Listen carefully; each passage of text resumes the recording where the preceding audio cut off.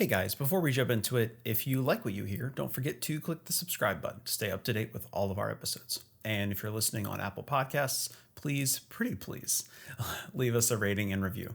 It helps us feel good when we're having a bad day. Okay, time for the rose ceremony. Greetings, contestants, and welcome to the Film Nuts Podcast. I'm your host, Taylor D. Adams.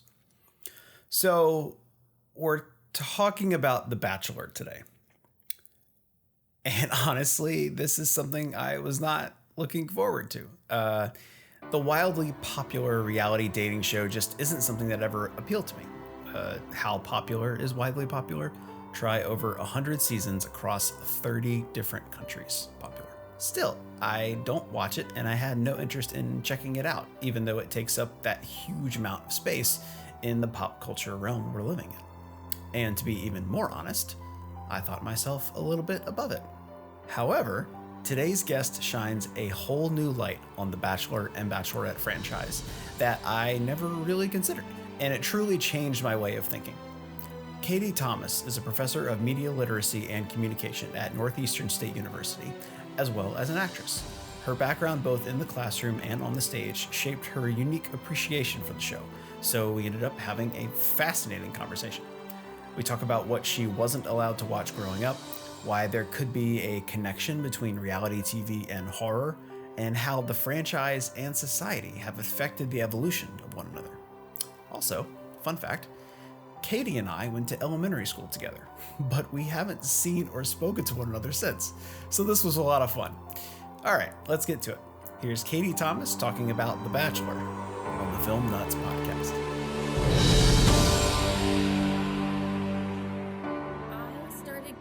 Speech and debate I started assisting as a speech and debate coach with my mom when she was coaching, and I kind of fell in love with it.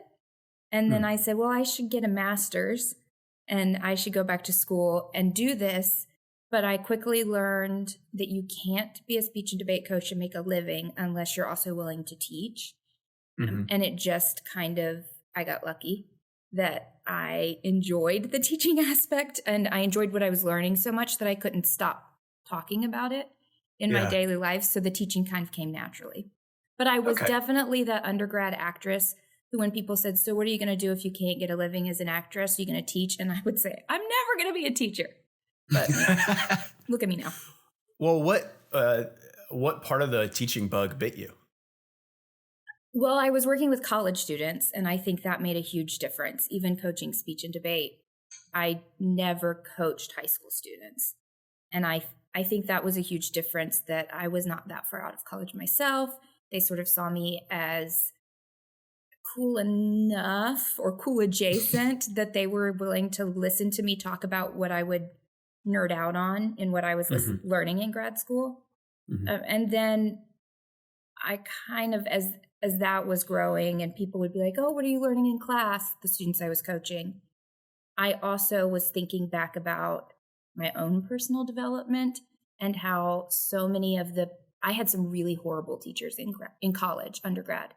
And that really helped shape who I was. And then I kept thinking back to one of my elementary school teachers, who is the best teacher I've ever had, and how she shaped so much of who I was up until I had those terrible teachers. So I was seeing both the positives and negatives of how a teacher could shape your future. And to be able to influence college students right before they go out into the world just seemed like the coolest thing in the world. Wow, that is really cool. Who is the elementary school teacher? Mrs. Greenman. Yes! I just wrote her a letter and mailed it to her at Christmas, and she wrote me back, and I got it like 2 weeks ago, and I just sat in my living room crying. Oh my gosh, that's awesome. Man, I feel bad that I don't keep up with my elementary school teachers. But that's really cool. That was one of my favorite teachers as well. It's so weird not talking to you for 20 years. And then we're like, oh yeah. Well, what other fourth grade teacher lets her crazy students stage a production of Annie, the world's worst production of Annie? But Mrs. Greenman did. She was very encouraging, which is great. I feel like that's something that is maybe missing with some teachers and professors, is because they're focused on the information, which obviously is important, but a lot of times you need a let your kids be freaks for a little bit, you know? Yeah, and I found that as a college professor, sharing myself with my students and my own interests outside of the classroom lets them Mhm. see that I'm a little bit of a freak and lets them feel like they have a safe space to express themselves. Yeah. Yeah. That's yeah, incredibly important. Okay, so personally, why is The Bachelor and The Bachelorette one of your favorite TV shows? Well, I started watching it when I was not allowed to watch it when it first came out in high school. I think it started like end of ninth grade or something like that. And I was not allowed to watch it, but I would sneak into my parents' room and watch it. And I think back then I was just interested in the fairy tale aspect of it. I was a ninth grade Mhm. girl thinking about boys, and here's this real life fairy tale that is, or at the time I thought was real life, right? That is Right. produced for us on TV, and it looks like what we as young girls kind of dream of experiencing. And for Mm. years I watched it that way.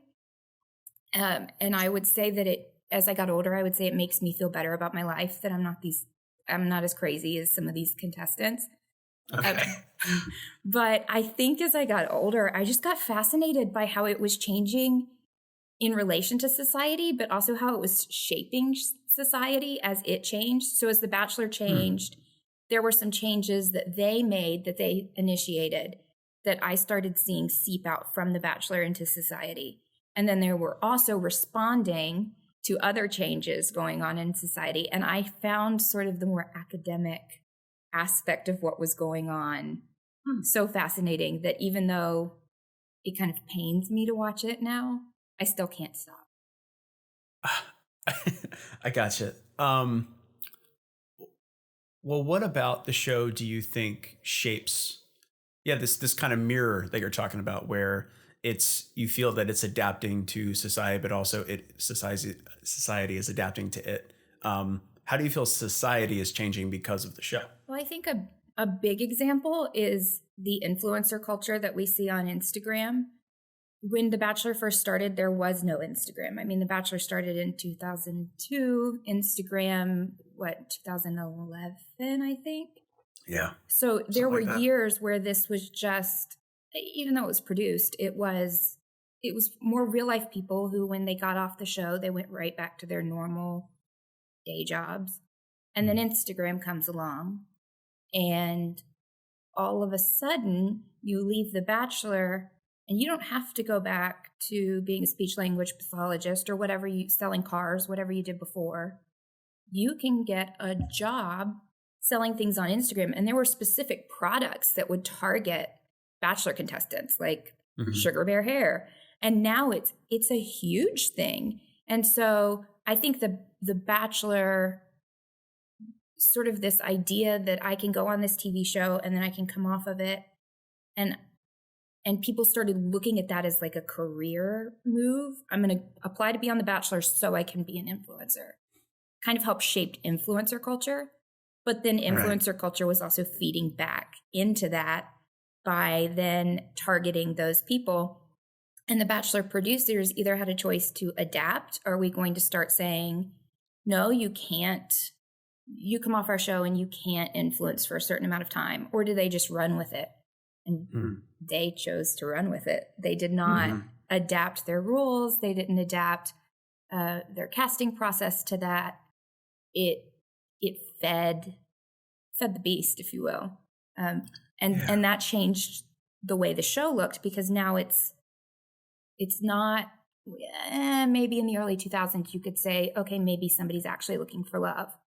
Well, now love might be a side thing, but what they're really Yeah. looking for is fame. Yeah. Wow. Yeah. That's a really good point. I wasn't really connecting the whole like social media to the change of the show. Yeah, that's a really good point. Um, so going back to like when you first started watching it, why were you not allowed to watch it? That's what I'm very curious about. I wasn't really allowed to watch much of anything. I couldn't watch the Rugrats or Clarissa Explains It All. I definitely was not allowed to watch The Bachelor. I was rather, well, I was a theater kid, so I really wasn't that sheltered, but I was also rather sheltered. Hmm. But, I think by ninth grade, I was feeling a little bit more rebellious than I was as a kid because I really did not ever watch the Rugrats. But The Bachelor, I was like, no, I'm an adult now. I'm in ninth grade. I'm gonna break the rules and do this.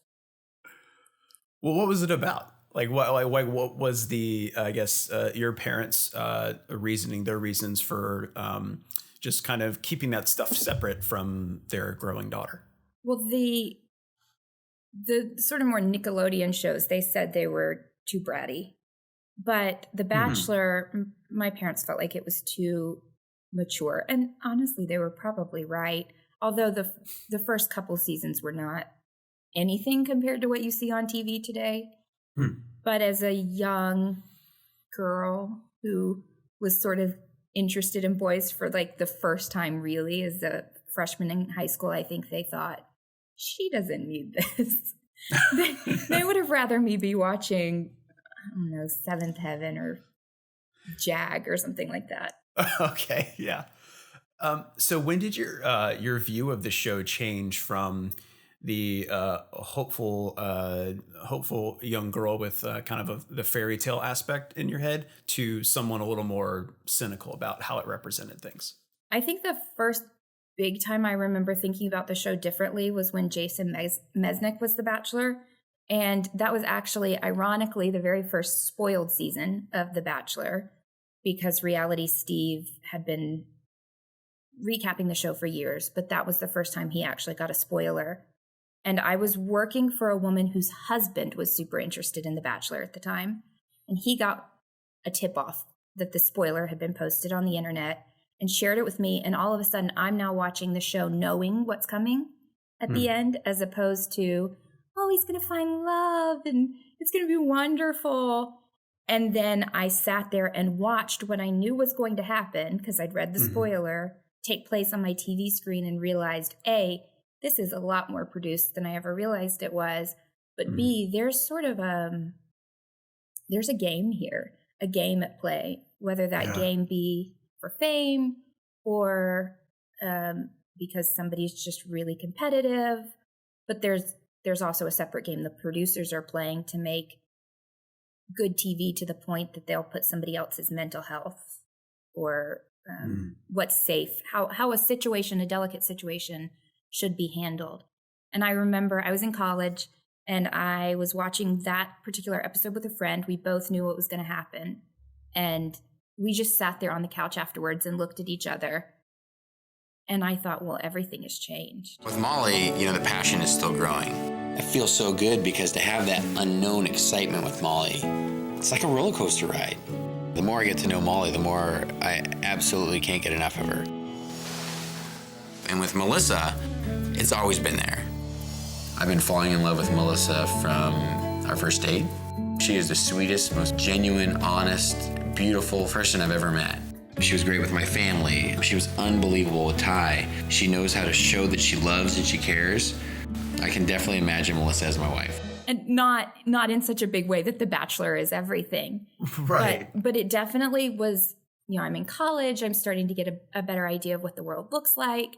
And now I'm realizing for the first time that really reality TV is not reality. And I started watching differently from that point forward. Yeah.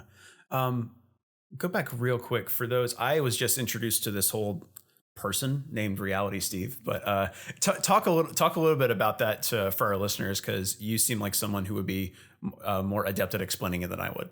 So Reality Steve, his real name is Steve Carbone, and he lives in Texas, and he was worked in sports broadcasting out of college. He has a comm degree and was working in the radio field in Los Angeles, and just started sending emails to his friends about The Bachelor when it first started airing. Oh my gosh, isn't this silly? This is what happened. And his email list started to grow because he writes with some sass that I think people just enjoy. And then he ended up moving to Texas, and because of Jason Mesnick's original choice for what some people would call the ring winner was from Dallas, which is where Steve was living. Somebody tipped him off to what was going to happen at the end of the season. So then he went from just writing about via email, which had turned into a little blog. And now he knows the ending to the season, and from there, his empire, if you will, has sort of hugely grown. And now he spoils almost every season, and also recaps it. Wow. But it's his full-time job now. He no longer works in radio. That's an impressive career turn. That's wild. I didn't know that was a thing that existed until recently. That's crazy. Yeah, and he's now not the only one. He was for years. Mm-hmm. But now there's a statistician who, for her, I think it's still a side hustle, but she does stats after every Bachelor episode. Tracks Instagram followers, but also screen time, and does how much time you get on the screen on TV relate to how many Instagram followers you get after each episode. And then there's also, I mean, there are a ton, but another big one is Game of Roses they have a podcast. They're screenwriters in Hollywood, and they now, no, they're not screenwriting. It's a pandemic. And so they're just following The Bachelor as their full-time job and writing a book about it. Wow. I know. The past week for me, since you told me that you wanted to talk about this, has been mind blowing. Like I reached out to some people, and I got in touch with a local media writer because she covers The Bachelor and all that. And I was asking her a bunch of questions, and she was just opening my mind to all the stuff that's going on, like behind the scenes, and also, all these like kind of the spoiler culture that is now a business, which is kind of wild. I'm still kind of in awe about all the stuff that goes into it. But I wanted to ask you, because you're an academic and you told me you've introduced kind of the show into some of your teachings, what do you talk about? The first time I brought it up intentionally in class, we were studying self-awareness in my Fundamentals of Oral Communication class. And there's a great scene from several years ago where two contestants are having a discussion about whether or not they have emotional intelligence.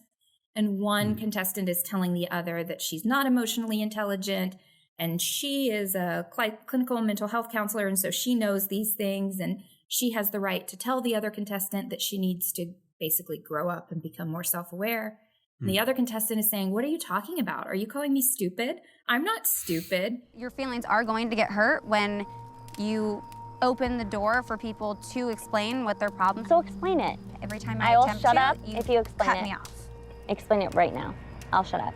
My concern is just not feeling confident that you are in a place to enter into a committed, romantic, healthy, fulfilling relationship.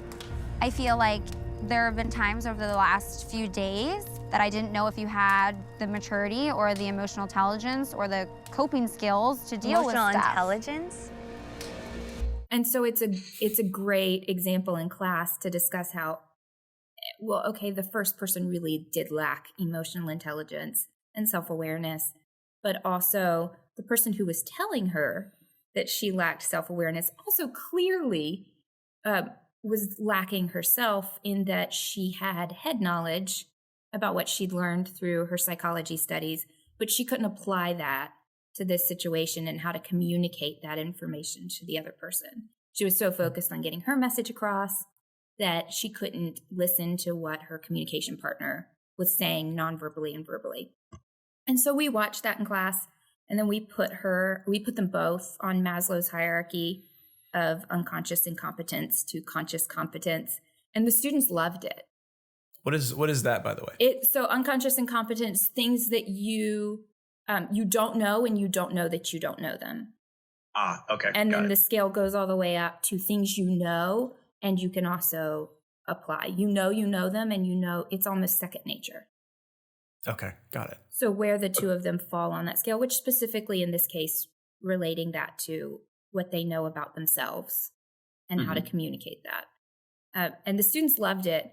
But then I would find myself watching episodes, and then coming into class. I teach Tuesday, Thursdays. The episodes typically air on Monday nights.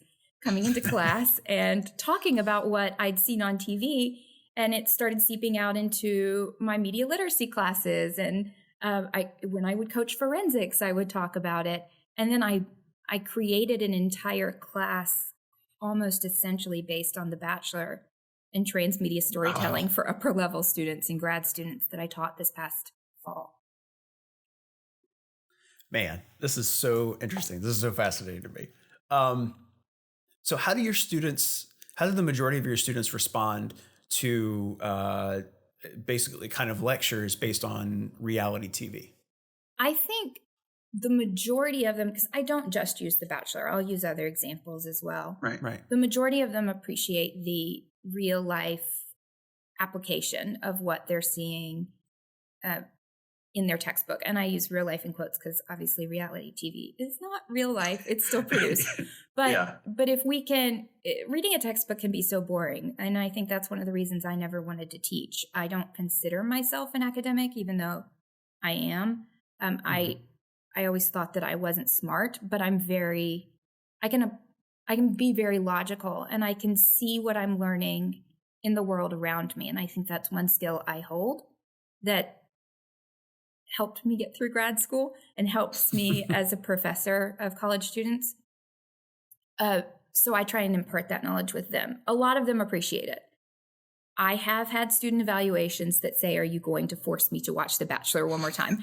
And of course, I don't force them to watch The Bachelor. I really only have one Bachelor clip that is in that Fundamentals of Oral Communication class, but I bring it into as an example. And again, I balance that out with other examples as well. We just watched a clip last week from The Devil Wears Prada when we were talking about nonverbal communication. So I sort of try and balance it out. But for the most part, seeing what you're reading in a textbook in the world around you makes what you're learning cooler, and it makes it more enjoyable than just, oh my gosh, I'm never going to use this information. Right. It's better to see, like, have evidence of those examples as opposed to just kind of learning about it. No, I 100% get that. That's really cool. So you talked earlier about how your younger self was interested in the kind of fairy tale love aspect of the show, and then it changed. And so when it changed, you're still into it. Like, you still watch it, you still love it.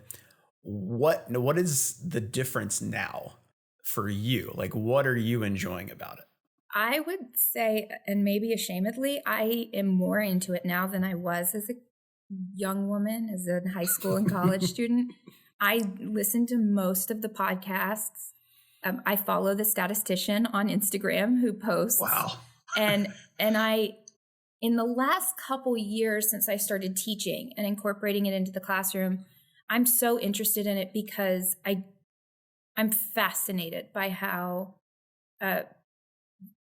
the communication world, the media world, media literacy plays into, gosh, if one of these contestants went on the show and was actually media literate and knew what they were getting themselves into before they went on the show, they maybe would not come out of the show making all of the mistakes that we see, or we see so often on this show.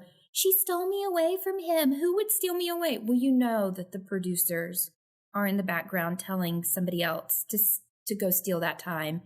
And so I now watch it I think I watch it the way other people watch basketball, or I watch it the way my dad watches football, where he breaks down the stats and he can tell me about the players, and he's also listening to ESPN and he's reading the articles online.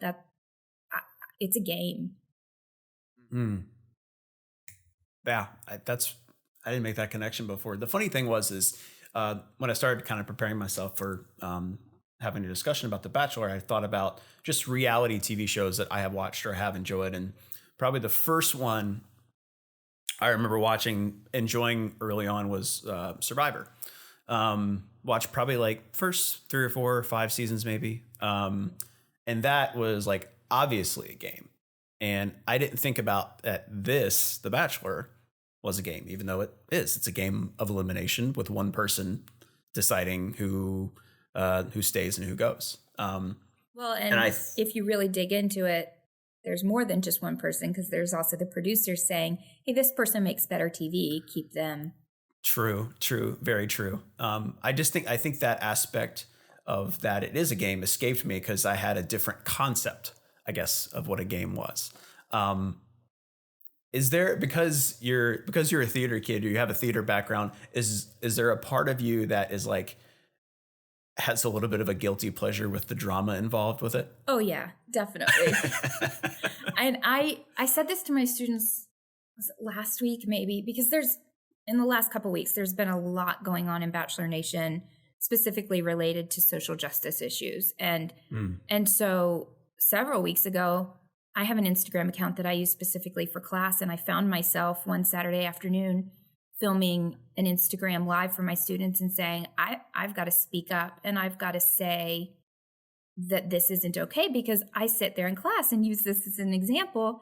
And I need to be a voice to my students and say, okay, yes, this is an example. And yes, I find the drama interesting, but there's a point in which the drama becomes too much and it's no longer okay.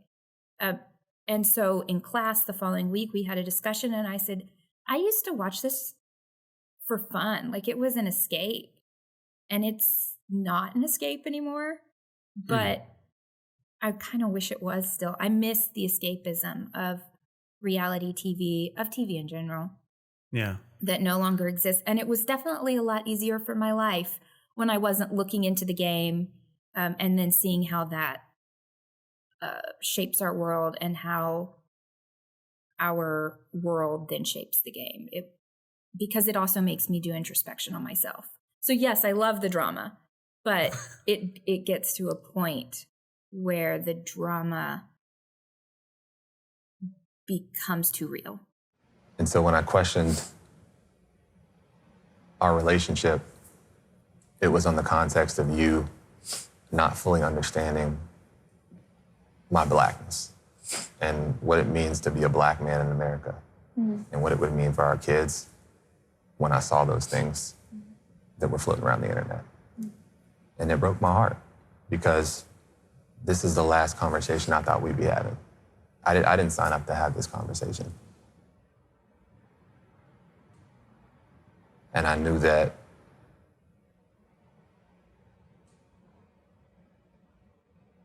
I had to take a step back for you to put in that work that you outlined that you needed to do. And that's something you gotta do on your own. And that's why we can't be in a relationship. There's been a lot of heat kind of this past season, at least the reactions I've seen and the stuff I read on it. I tried to watch a little bit of it as well, just to kind of get a firsthand experience of it. But, you know, it is, with all the heat about it, it's reintroduced the conversation about kind of how the franchise deals with and represents race. Do you think that the show has the ability to evolve to be more representative of kind of the country or the world, I guess? Here's the sad part. I think they are currently representative of the America, at least. I can't speak to places beyond America because I haven't lived there. But what I see on Instagram, what I see in class, what I see on social media, the tearing apart of each other, the show is representative of that right now. Do I think they have the ability to evolve to be more representative as far as diversity is concerned, and showing in a proper light diverse individuals and contestants on TV? Not the way they are right now. It took them over a month to make a statement about the racial insensitivity of the host, who's also an executive producer on the show. Yeah. And that statement wasn't even a, we take ownership. It was a, oh yeah, he's going to work on it. And in the meantime, we've got another plan. So, and I think the same goes for individuals. And that's where we really get into, we talked about The Bachelor in our discussion on communication and diversity a couple weeks ago. And I said to my students, okay, you see it on TV, but I know there have been times in my life when I wasn't able to face my own responsibility, and it was easier to escape than it was to, or to manufacture maybe a world that I wanted to see, or that was more comfortable for me to see than it was to get down and dirty and do the work. So if they're willing to put in the work, they could probably change. But I think what we've seen evidenced from them is that they're not willing to. And so, no. What do you think has to change in order for, I guess, a season of The Bachelor or a season of The Bachelorette a couple years down the road to look more diverse and be treated with a little more decency and equality? What do you think has to change other than do it, I think the leadership at the top would need to change. I mean, the last season of The Bachelorette and season of The Bachelor that were filmed in a bubble during the pandemic, they were the most racially diverse seasons that we've ever seen. We saw historic discussions on The Bachelorette about Black Lives Matter, things that would have been cut out and left on the editing room floor in the past. I think being in Orange County, surrounded by a lot of people that don't look like me, 100%. being the only person that looks like me, I'm realizing that I've been trying so hard my whole life to like blend in because I knew I was different, Yeah. And then I just remember like hearing people like yell like Black Lives Matter. Yeah. I mean, I don't know why I'm even crying. No. It's just a lot. But like this conversation is hitting me more than I even thought. But like I didn't really want to like cry about it or open up about it. But no, for sure. Hearing people yell like Black Lives Matter is just like, it hit me more than I realized, just because those are people like in my backyard that I've been trying to prove for so long that I'm the same as them. Yeah. But then we also see in the last season of The Bachelor, Matt James, the very first Black Bachelor, having to have a discussion on national television with his father about how his father was an absent father, and perpetuating the stereotype that we already see on television of a lot of Black men. So even though what we see on our television is more diversity, unless something changes at the very top, and right now the EPs are all white men who are focused on ratings. They're focused on, well, the majority of our target audience, what is Game of Roses calls it the Christian era of The Bachelor.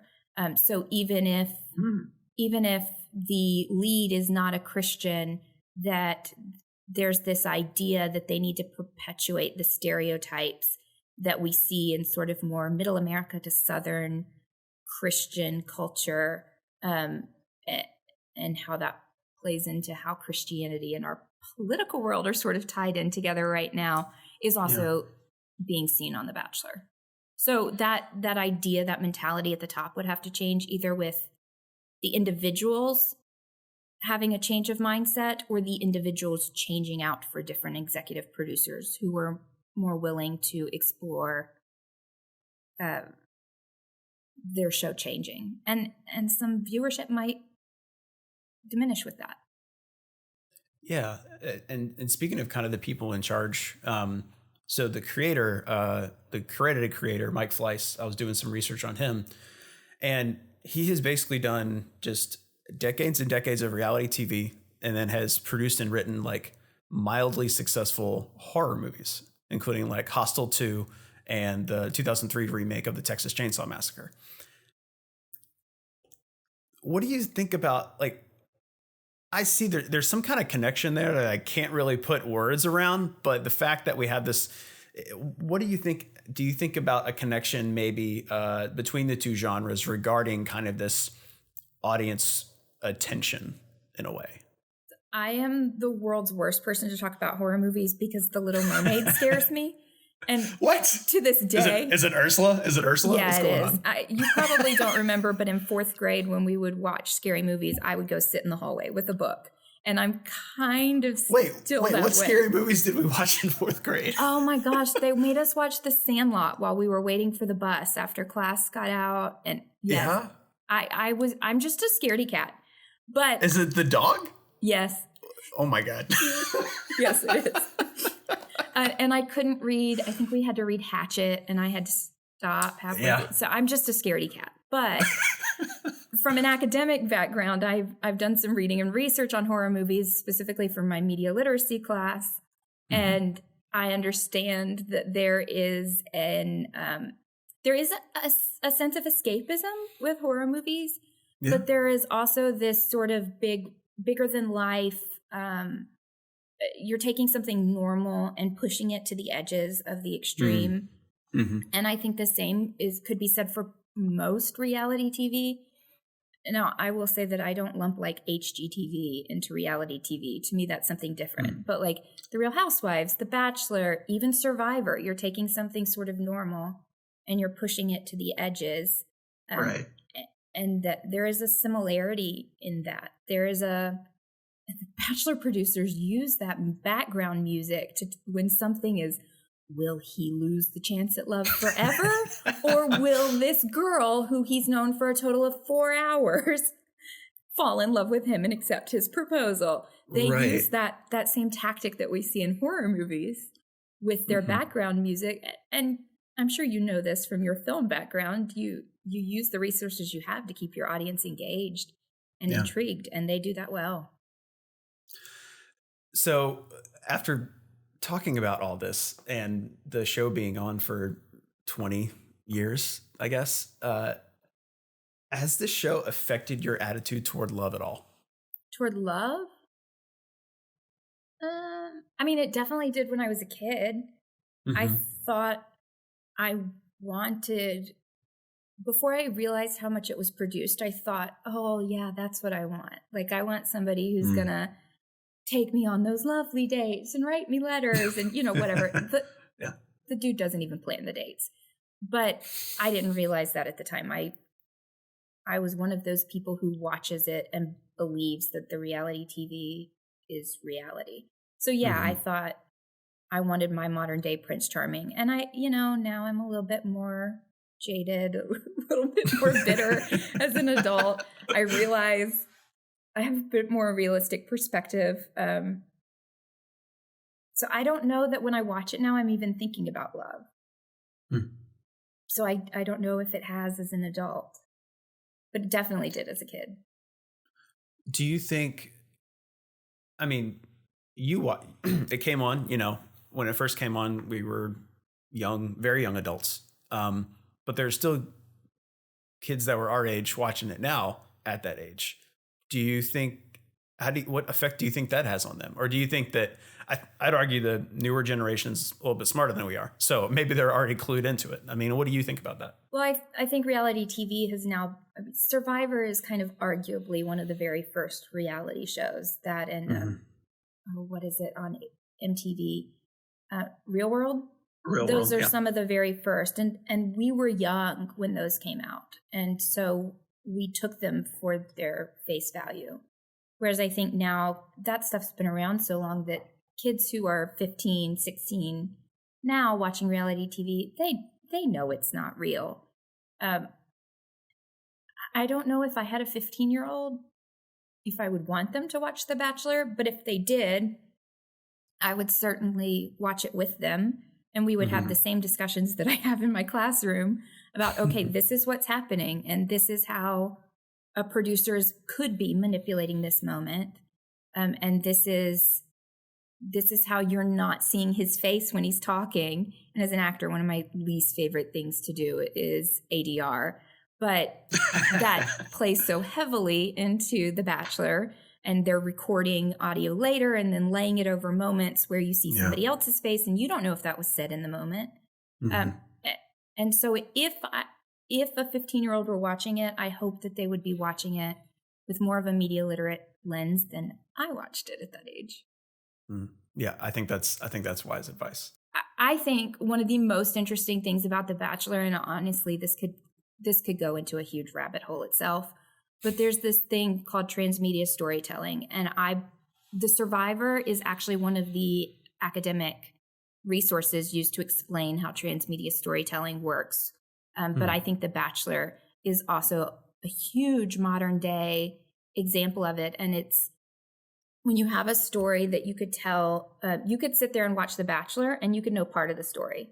Or you could watch The Bachelor and you could also read the host's weekly recaps on TV, and you have more of the story. But if you didn't want to watch the TV show, you could get enough of it by just reading his weekly recaps. Right. And you continue to build on until you have this huge story world. And the story world also has to be interactive. And I think, to me, that's one of the coolest things about The Bachelor. And I actually, in the middle of the pandemic, emailed Reality Steve and said, hey, I'm going to teach this class on transmedia storytelling, and I believe you are what turned The Bachelor into a transmedia storytelling story world, because he entered the universe when he spoiled that first season, and now it's interactive. Now the producers started reaching out to lawyers to have Steve sued to stop what he was doing because they thought it would hurt viewership. So other people speaking into The Bachelor are now influencing what you see on your television just by talking about it. And one way we've seen that recently is that the newest Bachelorette, who was just announced a couple weeks ago, well, actually, today is Friday, was announced on Tuesday, then posted on Instagram later that evening to say, I hope that Chris Harrison, the current host, is taking the time to do what he needs to. So she has now spoken out essentially and said, I will not continue to be the Bachelorette unless that changes. And that's when the producers released their statement saying he would not be the host. So just by somebody interacting and speaking into the universe, they changed what we would have seen on our television. And I think that's so cool. This is why I geek out about the academics of The Bachelor, because again, it goes back to that mirror of The Bachelor is changing society and society is changing The Bachelor. And The Bachelor is just one example. The same could be said for Star Wars. I'm not the biggest Star Wars fan, but the exact same thing happens with Star Wars. And so The Bachelor is sort of the aspect of that I can grab onto because I've watched it for 20-something years. Well, Katie, this has been enlightening. That's the word. That's the word that comes to mind when we're discussing this. Because like I said, not necessarily looking forward to talking about The Bachelor, but after we've had this discussion, I'm like, this is so interesting and fascinating to me. So thank you so much for coming on and talking about it. You're welcome. Thank you for letting me. I hope you guys learned as much from our conversation as I did. Personally, it was great to catch up with Katie. And when it comes to the whole reason I started this podcast, it couldn't have gone better. I talk a lot on here about how and why what we watch affects us, but underneath all that is also this understanding that what we watch connects us as well. Katie and I hadn't spoken to each other since we were 10 or 11, and we end up having almost an hour-long conversation on a show I had never seen a single episode of. That's bananas. Over part of that time, The Bachelor has evolved, along with us as people. Maybe not as much as we should have, but if we know that, then maybe we can start to treat each other better, stay more in touch, and give each other the respect and love that we as individuals want for ourselves. Thank all of you so much for listening today. Be sure to subscribe to keep up to date with all of our episodes, and please rate and review us on Apple Podcasts to help spread the word. If you want to get in touch with us, hit us up on Twitter at FilmNutsPodcast or email hello@filmnutspodcast.com. Okay, that's it for today. Here's hoping all of you get that final rose you so truly deserve.